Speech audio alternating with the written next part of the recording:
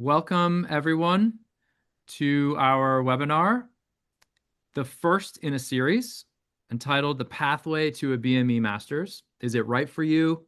How to select a program and how to pay for it. The topic of today's webinar is a master's program right for you? And we have a collection of panelists representing alumni from BME programs, BME directors, as well as individuals from industry who are here to answer the question, is a master's the right decision for you? We'd like to provide over the next hour a practical decision framework and some actionable guidance to help you, a student who may be considering a professional master's program or a master's program at BME, help you evaluate whether this aligns with your career goals, with your financial situation, and with your personal circumstances.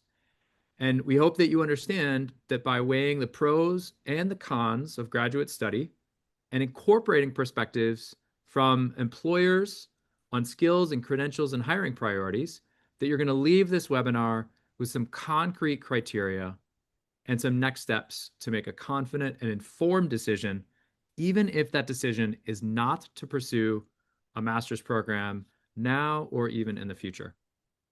We have a collection of panelists here, and we're going to begin with the alumni perspective. And so the first person who I'm going to allow to speak is Alex Lammers. Alex, would you mind introducing yourself and giving us a little information about your perspective?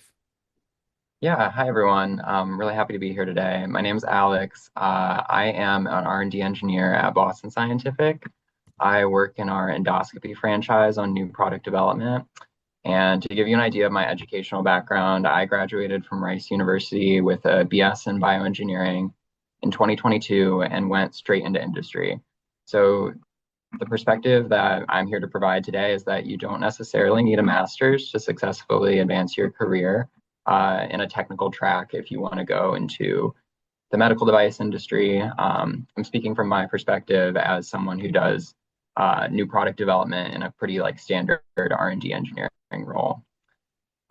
So I will give you an overview of where my mindset was coming out of my undergrad. So I had a lot of experiences I was really proud of in my undergrad. I think the Rice program did a really great job of getting me a lot of reps through the engineering design cycle and the technical experiences I needed to feel confident in interviewing for the roles that I wanted. And then once I got those roles, over my 4 years here, I've felt that I've been adequately prepared by my education. I will also say that coming out of undergrad, I did experience some of those symptoms of burnout. These bioengineering degrees or undergrad degrees in engineering or whatever you're studying, they are intense.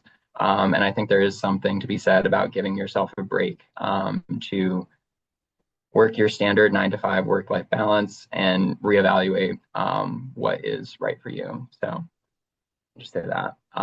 To give you an idea of what my role is at Boston Scientific, it's a pretty standard one. I said R&D engineer. It's essentially everything that is required on the technical side for bringing a product to market. So I was hired into our exploratory group, which focuses on early stage innovation. So identifying user needs, rapid prototyping, figuring out what a project's going to look like before it moves forward in our product lifecycle. And then since then, I've moved on to later stage product development, which is focused on de-risking technical aspects of a project, better understanding what we need to control in terms of design requirements, design controls, design outputs.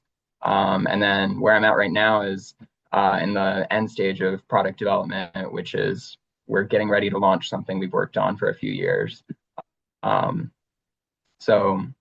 It's a pretty general technical role. I don't have a specific specialty in any electrical engineering, mechanical engineering. Like my degree in bioengineering, I would describe it as a little bit of everything. And then I guess to provide the perspective on what was expected of me in this role initially, I think a lot of big companies, I'm speaking from the Boston Scientific perspective, they frame these entry-level R&D engineering positions as one where some amount of development is expected. So you have your R&D engineer 1, 2, 3. and then it transitions to senior principal, and you can grow your technical skill set along that journey. So I think depending on the company, each will do a better job of uh, preparing you along the way for what you need in terms of technical skills.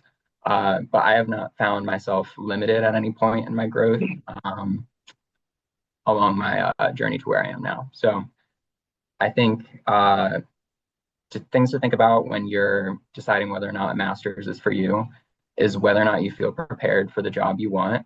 I would especially say if you have an offer for a job that is close to or is a match for what you envisioned going into your major or what you, if it is a match, I would give it a shot and hopefully that will give you some experience to determine whether or not a master's is an investment that you feel is worth the time and energy.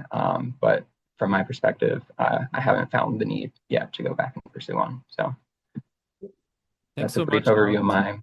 my, yeah. Alex, I had a question. Are there any skills that you think you might have learned in your first couple years on the job that you might have also learned in a master's if you had pursued that option?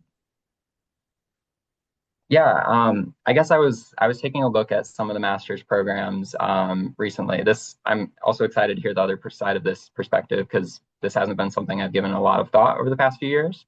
But I think anything that's very practically focused on uh, design quality, design requirements, engineering design controls, like these things that large companies have whole functions.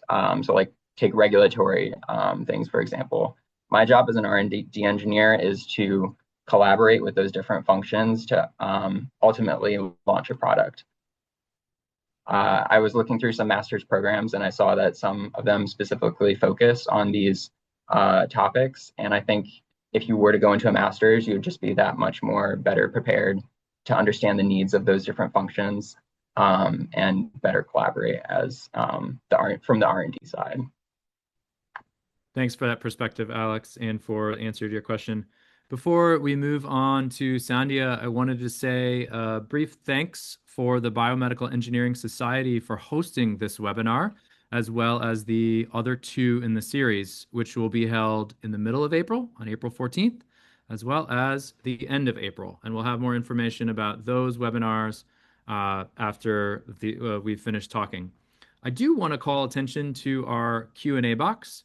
And during the webinar, we'd love to have you submit your questions, and we'll be able to answer some of these questions. We've already received a wealth of these questions before when people registered for the webinar. We're going to be answering some of those questions throughout this webinar, as well as afterwards on an FAQ that we'll put up on the Biomedical Engineering Society website at the home for this webinar series.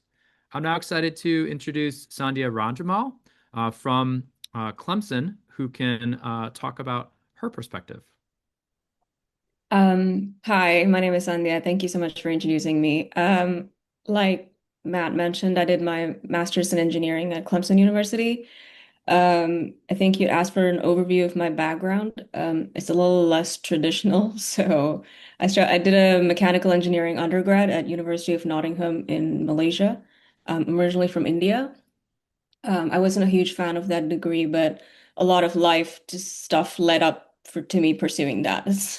But in the entire degree, there was one thing that I enjoyed, which was a thesis that I did in my final year, and that was in relation to solving a cardiovascular engineering problem using CFD or computational fluid dynamics. Um, the thing that struck me about it is that I was highly motivated to solve the problem, knowing that it was solving or improving someone's quality of life. And then I learned a little more about biomedical engineering. Unfortunately, it wasn't, at least back in 2014, all that much popular in India. My university did not have a department of biomedical engineering, for example. So I took about roughly 2 years trying to understand what it is that I want to pursue before I made a financial investment, or my family made a financial investment. I worked in education consultancy for a little bit, had some health stuff. Then I worked as a waitress in Australia for a couple of months, and then I applied for my master's in Clemson, amongst like three other universities.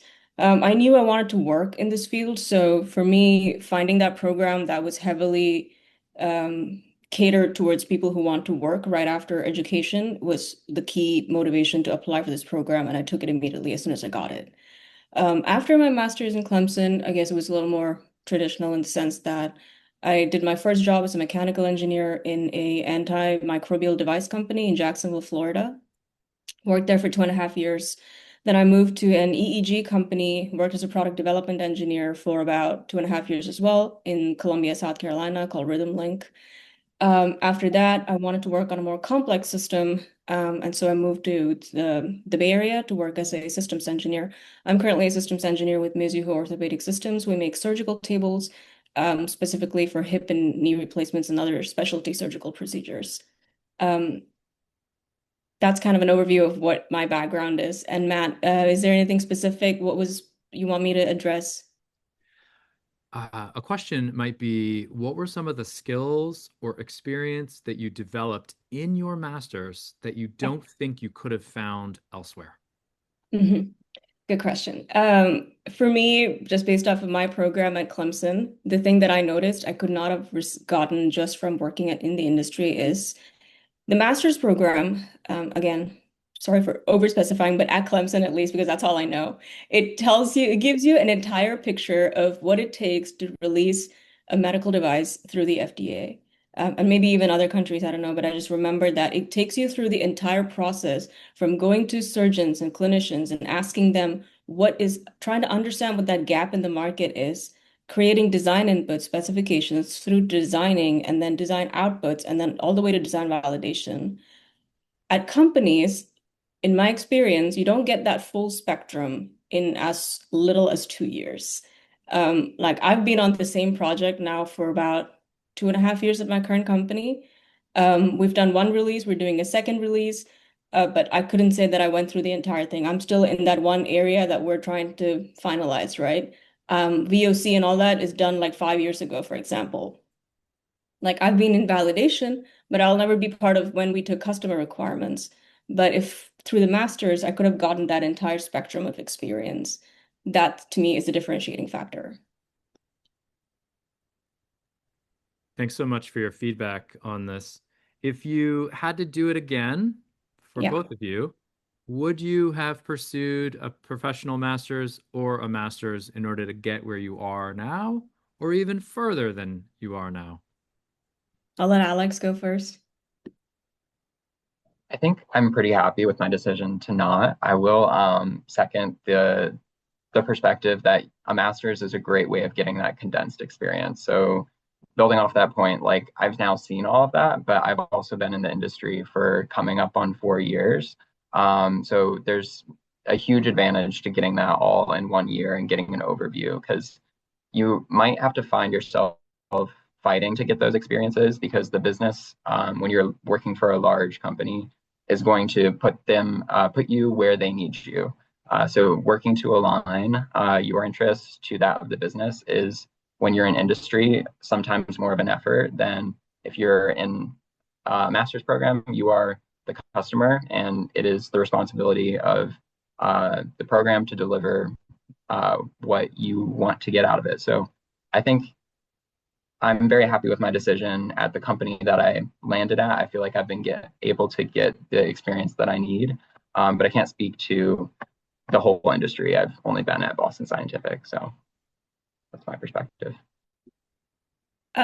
Same for me. The master's was for me a pathway to presenting myself as a solid candidate, right? Coming from being a mechanical engineer, that gives you the experience of truly understanding what it takes to make a medical device. So it was important that I get that. And kind of like Alex mentioned as well, in companies you get put wherever. Like it depends when you enter the project as to what you end up working on. But with me, so to even today, the differentiating factor is that my boss, for example, can put me wherever because I've got the full spectrum of experience. I'm not like local or focused on just one aspect of design control, for example. Thanks to both of you. I'd like to shift our speakers at this point and hear from some MBE directors. The first person I'm going to introduce is Larry Boyd of Clemson, the same program that was just referenced. And Larry can not only talk about his program, but also some of the questions that we discussed internally could be great opportunities to ask this alumni. So after you provide your perspective about the Clemson program, please feel free to bring up some of the topics that you wrote in our internal planning document. Great. Thank you, Matthew, for the opportunity to be part of this. Give me a second. I'm just going to pull up a couple of those just so that we can kind of talk to those. There we go. So, hey, first of all, thank you for the chance to participate. Thank you to BMES for putting this together. These are questions that we routinely get from students. We do a number of informational webinars, and these are all very important topics to make this really important decision about where to go next with your life. So I'm Larry Boyd. I have the privilege of directing the Master of Engineering program in Biomedical Engineering at Clemson after a 30-year career in the medical device industry. So I'm really working to prepare our students for industry. That's a real focus of mine, and all of the directors that are part of these professional master's programs. Our program is really built for students that want a focused industry-facing experience. They can complete the degree in about 2 semesters. So that's nice. It's a full 2 semesters, but it's feasible. It's project-based, and that's important. So the students basically move through a curriculum that's built around a particular medical device project in a way that is more in-depth than a typical capstone design experience, okay? The faculty have very deep domain expertise like myself, and so we dive in very deep, and we build a DHF. I think, as Alex mentioned, that's a key part of the design control process, and that's really kind of the focus. We go through 5 gates, much like you would in industry. We have industry mentors that are part of those gate meetings and ask some really tough questions. And so when the students finish, they've really gone through a full medical device commercialization process from beginning to end, as Sanjay mentioned. We have 2 campuses, Clemson, and then we also have students at the Medical University of South Carolina in Charleston. So that's a healthcare setting for those that want to be in a medical device, or sorry, a medical center. So again, very, very industry centric. So, you'd want to think about if that's what you want to do. Team based, you're going to be with your team, your cohort for 2 semesters, very intensively working on the project. We're in our 10th year. We graduated about 250 students. And again, the majority of those students work in the medical device sector. So, that's kind of a focus on our program. Matthew, are there any particular questions that you had in mind as I kind of think about what we might ask folks about kind of making that next step? I think that Sanjay and Alex did a nice job of kind of thinking through the different options. And Alex, I really appreciate the point that you had some additional experience, internships, knowledge, know-how that kind of helped you to stand apart as you went out kind of straight from undergraduate into your work experience. And I think that that's an important metric there, is kind of, as Sanjay mentioned, what we hear from students is that having the master's sometimes helps you stand out just a bit more as you look at job opportunities. One of the questions that I had is, why should people choose the Clemson program, and not specifically a Clemson program, but why should people choose, or what project-based program might be right for them versus a research-based program versus others? I also want to plug our second webinar, which is going to break down each of these types of master's programs. But historically, when people come to you, how do you tell them this could be a good fit, or this is definitely not a good fit for you? And I also want to use that, after you answer, Larry, as a transition to Marissa Gray at Brown, who also is the director of a number of master's programs, and she could provide similar perspective. Yeah, so I think when I talk to students, I make sure they understand sort of the way that this particular program operates and our objectives. There are a number of other sort of project-based, translational medicine-focused programs at various institutions. Georgia Tech has one, Johns Hopkins, many others. And they're a little different from those that are a little bit more either research-based or coursework-based. Now, just because you do a coursework-based program doesn't mean that you're not able to be exposed to many important topics for industry. So while we have a cohort that moves through the project to completion, and some of those become actual ventures, medical device startups, many of those classes around commercialization, quality, those can all still be taken by our engineers. The certificates that we have in quality engineering, in innovation and entrepreneurship, those can all still be taken by folks outside of the MEng program. So there are ways to sort of have a hybrid approach where you have a non-project-based program and still get sufficient industry exposure.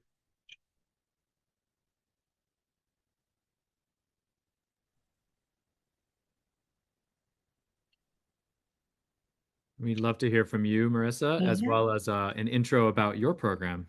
Yeah, sure. Thank you so much. And thank you again for having me and for BMES for hosting. My name is Marissa Gray. I am the Biomedical Engineering Master's Program Director at Brown University. I've been the director at Brown for 7 years now, and I've been a master's program director in total for about 11 years now. So it's really kind of fun to see how the landscape has changed a bit. And to kind of talk about that first, and then I'll kind of go into our programs at Brown. I know, Matthew, you had said that this second session in this series is going to really break down the different types of master's programs, but I'll give a very short Cliff Notes version because I feel like there's so many motivations for students to go into master's programs. There's, preparing yourself for industry, maybe a particular part of industry or particular subfield of BME. There's maybe building up your research profile to do research, whether that's industry, whether that's through a PhD, government positions, those sorts of things. And then there's the programs that Larry and Matt run that are more really intensive, project-based, industry-focused. But then there are master's programs that are a little bit more broader than that as well. So at Brown, we have all of those programs. We tend to specialize in just one. So I'll break it down for you. So we have a Master's of Science program, which is a 2-year program. And we have a research track, which is probably our most popular option out of all of our programs. And then we have a design track, which is a little like the programs that Matthew and Larry run. But again, it's a 2-year program. And then we also have our 1-year Masters of Engineering program, which is coursework based. And that's really great for those purely focused on industry or maybe part-time students who are looking to get a master's, maybe a career pivot or moving up in a company. So that's another motivation for master's program study. And so what really at Brown, what sets us apart, and as you'll see, if you really look into master's programs, I feel like there's so many different flavors of master's programs, and each one is different. Each one has its strengths. So it's really kind of important to shop around to see which one fits you the best. So at Brown, we tend to attract folks that are really focused on research and clinical research because we have a wonderful medical school attached to us, the Warren Alpert School of Medicine. And so a lot of students really get real world clinically based research, a lot of collaborative projects amongst engineers and clinicians. And we have a lot of different clinics around the Providence and Rhode Island area where we're located that we work with. So our research tends to be the bigger program here at Brown, but we also have those design and non-thesis options for people that want a little bit of more geared towards industry or, again, just coursework based.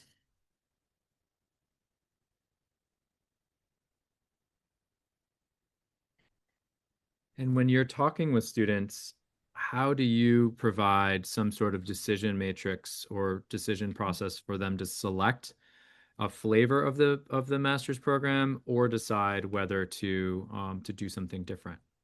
Yeah, well, I kind of ask them. I usually ask my students where they foresee themselves in an ideal world, in 5 years and 10 years, and what they really enjoy doing. If you can't answer those questions, that's okay too. Sometimes that's a good reason to go into a master's program to have a little bit more time to explore as well.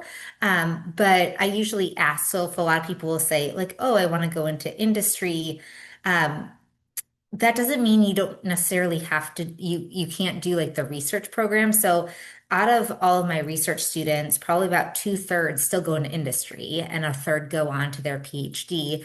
But they do so in more research and development positions in industry. So I think it really kind of depends on the role students want to take, what they really like to do. If they're really kind of into more of like the device development and regulatory and quality, I might refer them to programs more like Larry's or Matt's so they can really get a intensive focus on devices. But yeah, I usually start by asking what's kind of their end goal or what they like to do. And this question is for both Marissa and Larry, how would you respond to a student who says, I just don't feel like I have enough experience in order to enter the industry right now? Mhm. Um, well, I would answer that in a couple of ways. But one thing I would say, geared more towards master's programs, is that we have a master's program that through all the different programs I talked about, the Master's of Science and Master's of Engineering, you can do a co-op. So and there's other programs like that too, where you can do co-ops. So you can do a 6-month co-op. It doesn't set you behind on that 2-year program mark. So you'd still finish in 2 years, but the co-op really gives you more time to get that industry experience. And of course, we help you obtain the co-op as well. So there's also a co-ops in master's programs. And also, the other way I would answer that question is you could always apply to positions, right? You can, if you also don't want to go to grad school, you can apply and kind of see what happens from there. Mhm. Yeah, I hear you, Marissa. Internships are really super helpful. I think one of the things that our program really works hard to do is connect students to those opportunities through our alumni base and through employers in the region that we happen to have connections to. Besides sort of the technical-ish skills, the commercialization skills, helping our students learn to network and present themselves. We talk a lot about your LinkedIn profile, and so just giving a broader view of industry. I think sometimes moving into industry, part of it is just knowing how that works and how to identify opportunities and how to present yourself to those opportunities and get some perspective. And so, besides the project-based aspect, which is, you're going to speak the same language as your industry interviewers. You have something to talk about in terms of a project. Now, senior capstone design projects are excellent. And I think they do help many students have a really substantial discussion with future employers. And we're doing that just in a more substantial way and a deeper way. But those are all valuable because when you interview with an employer, they want to kind of see how you could plug right into their organization. And that's something we try to work hard to do. We're constantly refining the program. We treat our students as if they were engineers that work for us. The professionalism that we expect from them, the diligence, the product that they deliver, and the feedback that we give them. Larry and Marissa, thank you so much for that perspective. This is a perfect segue to move into hearing from industry and what they believe the value of master's programs can be to train the next generation of individuals in BME. And I'm going to start by handing it over to Michaela Dimoff, who's currently with GE Healthcare. But I'd also like to mention that Patricia Fleenor is here with us now. Hopefully, both of you can introduce yourself and whether you have a master's and whether this master's was valuable and whether you would advocate for students to pursue a master's at your own companies. Great. Thanks, Matthew. Would you like us to both introduce ourselves first, or do you want us to do introduction, detail, introduction, detail? Sure. Let's have you do introduction in detail, and then we can hand Okay. it over to Patricia, and then we can ask some questions. Okay, great. So as Matthew said, my name is Michaela. I graduated in 2016 with my undergraduate degree in biomedical engineering from Rice. And then I started my job shortly thereafter at GE Healthcare. So I'm coming up on 10 years. So I did not have my master's degree when I started, but I did, throughout the first 5 years of employment, work to complete a master's degree in applied biomedical engineering at night from the University of Johns Hopkins online while I was working. I also am a part-time campus recruiter.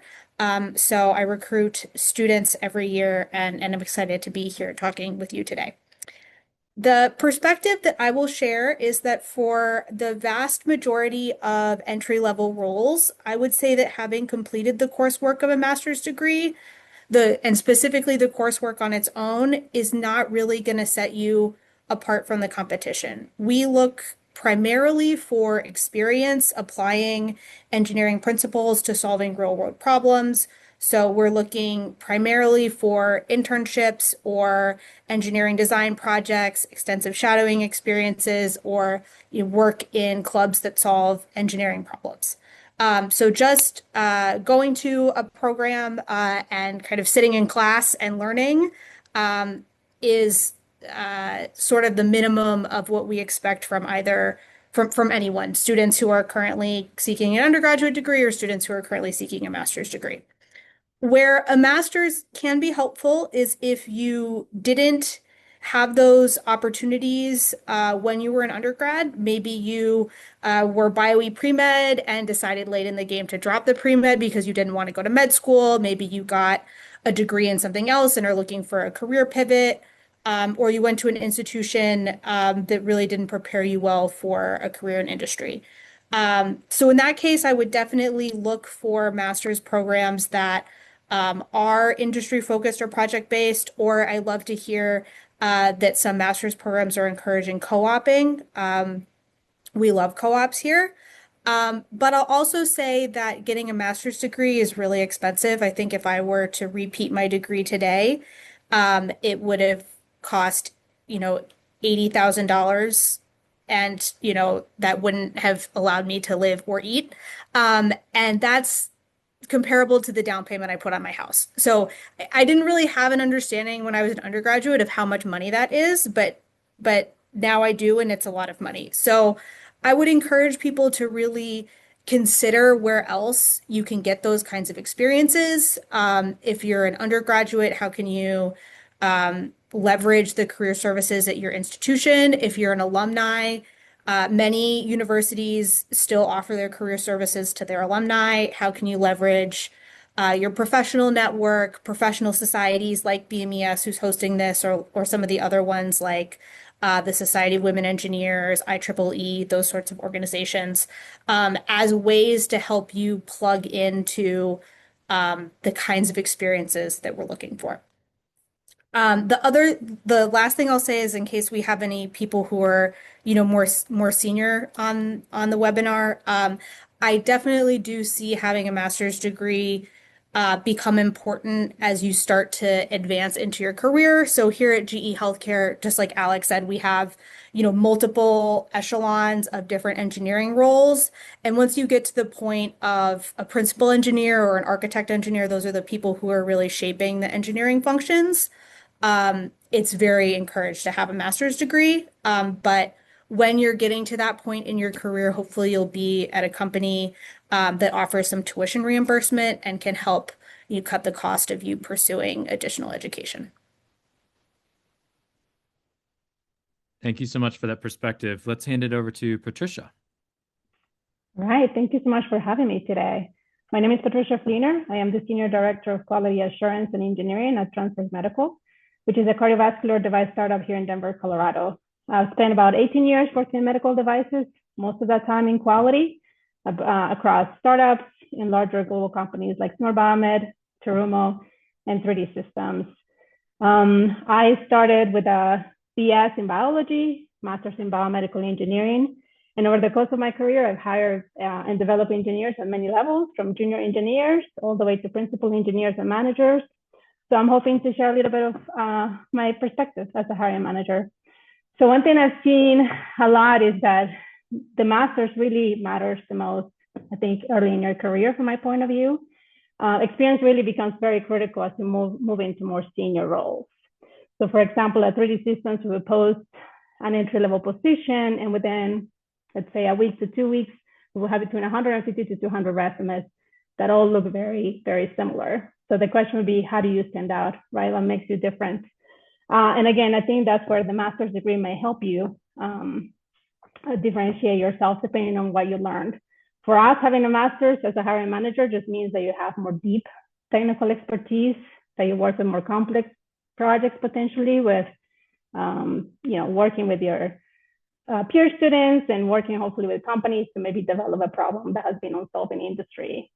But one thing that I may bring today, maybe unique to the panel, is that my background is in quality. And so I wanted to mention certifications as a good option as well. There is an organization called American Society for Quality, ASQ, that offers a lot of certifications that are very practical. They can really focus on real world applications. So for those of you early in your career, there are certifications specifically to you, like Certified Quality Improvement Associate, Six Sigma Yellow Belt, Quality Process Analyst. And then as you move on in your quality career, then you have more senior certifications like Quality Engineer, Quality Auditor, Reliability Engineer. And as a hiring manager, actually, that's very meaningful to me because it tells me you truly are invested in quality and it's something you want to work on versus just trying to get in the door. So again, just something to consider. For some of these certifications, you do have to have experience. And so actually many of them having a master's counts towards that experience. So in my case, I applied for the Certified Quality Engineer certification as soon as I could. And because I had a master's degree, I was able to do it sooner. In some companies, when you're working in the quality field, sometimes those certifications are equivalent to more money, right? Or potentially being up for promotion a little bit sooner than some of your peers. So again, just something to consider as you think about potentially getting a master's. If maybe it is too expensive, look into certifications that may help you get in the door and help you really determine whether or not quality, regulatory, reliability may be a field you may want to go into. So again, from a hiring management perspective, I do think that that master's degree really helps you early on. But at the end of the day, as you move towards more senior roles, what we care about is what problems have you solved, how do you approach different challenges, what impact have you had with different projects and teams, and really that's going to set you apart from your peers to be able to move on and grow in your career. So yeah, Matthew, any other things you would like me to add? Yeah, since you're both hiring managers, first of all, thank you so much for your perspective. Many of the students who are joining today have so much to learn from you on how to make their applications look more attractive for positions. Maybe a question that I'll ask you is, how much can a master's accelerate the experience that you report on your resume after you've secured that master's? So it might say 3 to 5 years of experience is required. If you have a master's, can you say that you do not have 3 to 5 years of experience, but you have a 1 or 2 year master's? How could that be something that is of value for those that possess a master's? Yeah, so in a lot of the job postings, right, we do say, let's say 5 to 10 years of experience. It may say maybe 3 years less if you have a master's degree, right? So it's that combination between master's and real world experience. So it definitely matters. I would say probably equivalent to 2 to 3 years, depending on what it is and what you learned. Thanks for that. The next question is for Michaela. So Michaela, what would the pros and cons be of pursuing a BME master's that's online versus in person? Oh, that's a good one. So I think the pros are going to be that it's going to be much more accessible to you where you are. You have a wider variety of options to pick from in some senses, since you're not limited to where you can physically get to. The cons will be that it's oftentimes very challenging to, as I said, what we're really looking for is not just that you've completed the coursework, but that you've applied what you're learning to real world problems, and that application is typically quite hard to achieve online. So some programs have done pretty creative things to try and bridge that gap. I know the program that I was in at Johns Hopkins, we had some lab courses where we were supposed to periodically travel to campus. I was going there during COVID, so that never ended up happening. But I think those programs still exist. So online definitely a good option, but um, if you're really going to pursue a master's degree to close some skill gaps, you want to make sure that those skill gaps are going to be able to be effectively closed in an online setting. Thanks for that, Michaela. And that leads me into the types of skills that industry may be hiring for. So from both of your perspectives, what are some of the skills that employers value the most in biomedical engineers entering industry today? Maybe I can start. So one thing as you work to develop a new medical device or even maintain it, I think what's becoming critical, no matter what country you sell it in, is risk management, right? And that's one thing that I think some of these master's degrees are teaching, and I love that, right? I love to see in a resume that you know what an FMEA is, that you've heard about a risk management file. I was in a webinar with the FDA about 2 weeks ago, and they talked about how that's really the focus of the new inspection program and the new QMSR regulation. Is all about risk management. So if I were to say what is the one skill that would be good for you to have, is some knowledge on risk management. Yeah, I definitely agree with that. What I will say is it's really good for candidates to be able to showcase a specific and targeted skill set.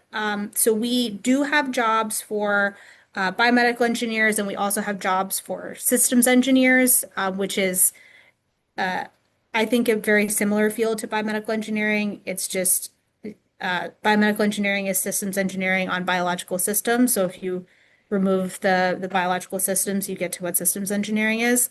But we have many, many more jobs, or I should say, many more jobs for mechanical engineers, electrical engineers, and software engineers, even within the context of a medical engineering enterprise.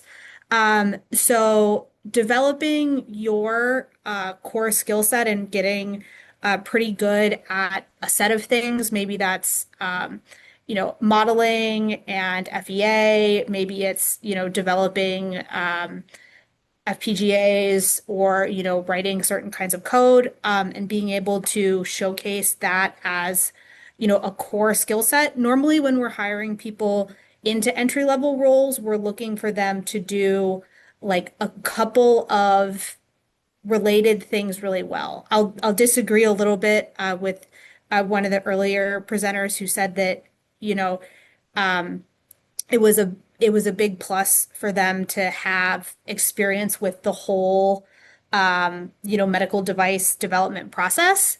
We tend to think of that as a plus, not necessarily a core competency of an entry level professional. Um, there are plenty of people here who get hired as entry level professionals because they, had experience with maybe one or two parts of the design cycle, and then they got the rest of it while they were here as we were developing products. So it can definitely be helpful to have that whole wing to wing perspective. I had it from the projects that I was involved in as a student, but it doesn't replace, I would say, a core engineering competency either. Thank you to both of you. We are now going to move into the question and answer period of this panel discussion. We've had some great questions that have come in through the Q&A, and I'm going to start to answer those. But as I sort them, I have a question to pose to every one of the people here. And that question is, when advocating for students who are shopping master's programs, what's one thing that you would suggest that they look into when they're shopping master's programs? What's one thing that you suggest that they look into? And I'll answer the question first. I represent the Rice University Masters in Bioengineering, where we have both a project-based called Global Medical Innovation and another course-based with a research experience. And the thing that I would offer for students who are shopping master's programs is to inquire what the mentorship structure looks like for your master's program. And is there going to be someone or a team of someone's who is going to be supporting you to adjust the slope or the trajectory of your growth while in the program and afterwards? That would be one of the things that is not often looked into and but should be on everybody's shop question. So I'm going to go clockwise from me. And we're going to do Alex. And Alex, even though you didn't choose to do a master's, what would be one thing you would advocate people shop for? Yeah, I think knowing what your goal is really important. So if you are looking to get an industry position as your postmaster's goal, I would look at some postings for jobs you think you want and go through the exercise of like editing your resume for those jobs. I think there's like a certain amount of spin that we put on our resumes for certain roles. Like we want to advertise ourselves the best. We want to represent our experiences the best way possible. If you're finding yourself having to do more spin for those specific like qualifications that are listed in the job you want, I would take note of that and go look for master's programs that have those specific skill sets as something that they're going to develop for you. So just taking a real inventory of your skills and what the master's program offers. Thanks, Alex. Over to you, Larry. Yeah, first of all, Alex, I think that's really good. I mean, what's the gap that you're looking to close? That's an important consideration. I'd say two things. The cultural fit, right? All the programs are a little different. I would talk to the director if possible. Certainly try to talk to a couple of students. I mean, we do that regularly, especially folks that are outside of the university, outside of Clemson. And then I think Michaela mentioned it, do an economic calculation. What is this going to cost you? What kind of drag does that put on your resources? Think about in-state institutions sometimes as an option. They can be a little less with in-state tuition. So I would at least have that on your consideration list. So there are two things, kind of cultural, and then think about the economics too. Thanks, Larry. Next up is Patricia. I would say from an industry perspective, I would look for practical experience, right? That when you come into the interview, again, kind of what the big picture does look like and be able to speak as if you have helped develop a product or maintain it. Thank you. Sandhya. Hi, I looked for the courses being offered because I wanted to see that I wanted to learn the things that I really wanted to learn. It was a second degree, so I wanted to be very clear on what it is that I want to learn. Second thing is employability of graduates. I was very clear that I wanted to work right after master's. So I asked some questions about how many students graduated, how many found jobs, around what time frame. With Clemson, one of the biggest supporting factors is they used to, and I think they still do, we have a careers advisors just for this degree, the MEng degree. She was amazing. She had a whole resume book of graduates from that program. She helped a lot with finding an internship. So I clarified whether an internship is encouraged, and if so, can I get credits for it, and what you do at the Clemson program. So those are factors that help me streamline my choices. It's really valuable feedback. Thank you. On to you, Marissa. Yeah, so I think I would have mentioned some of what the other panelists have said first to students, but I know students are probably most concerned with costs and financing the degree. And so I heard that a little bit, but I was going to delve a little bit into that and also plug I think, third webinar in this series, which we'll talk about that a little bit more. But that's a huge factor. And I think that there's just so I think most master's programs are either self-funded or you there are some funding mechanisms, but it really varies between the program. And so really taking a look at what each program has to offer in terms of financial support, but also doing calculations on, okay, like if you do a master's and get this type of position, which might pay a bit more than a position you would get just out of your bachelor's degree, like, do your cost benefit analysis. Location, Larry kind of mentioned that location is also really important in different types of programs. And so just kind of taking a look at the various costs and various layers of support that different programs can have. Thank you very much for the plug for the third webinar, which will be April 28th at the same time. And that webinar will answer the question, how do I pay for my professional master's? So please look out for the sign up for that. Let's finish with Michaela for this question. What's one thing you would advocate that students shop for? Yeah, I will reiterate what Sandia said. Understanding where the alumni of that program have ended up, and if that is where that's a really good indication of, where they ended up is probably the best indication you have of where you're going to end up.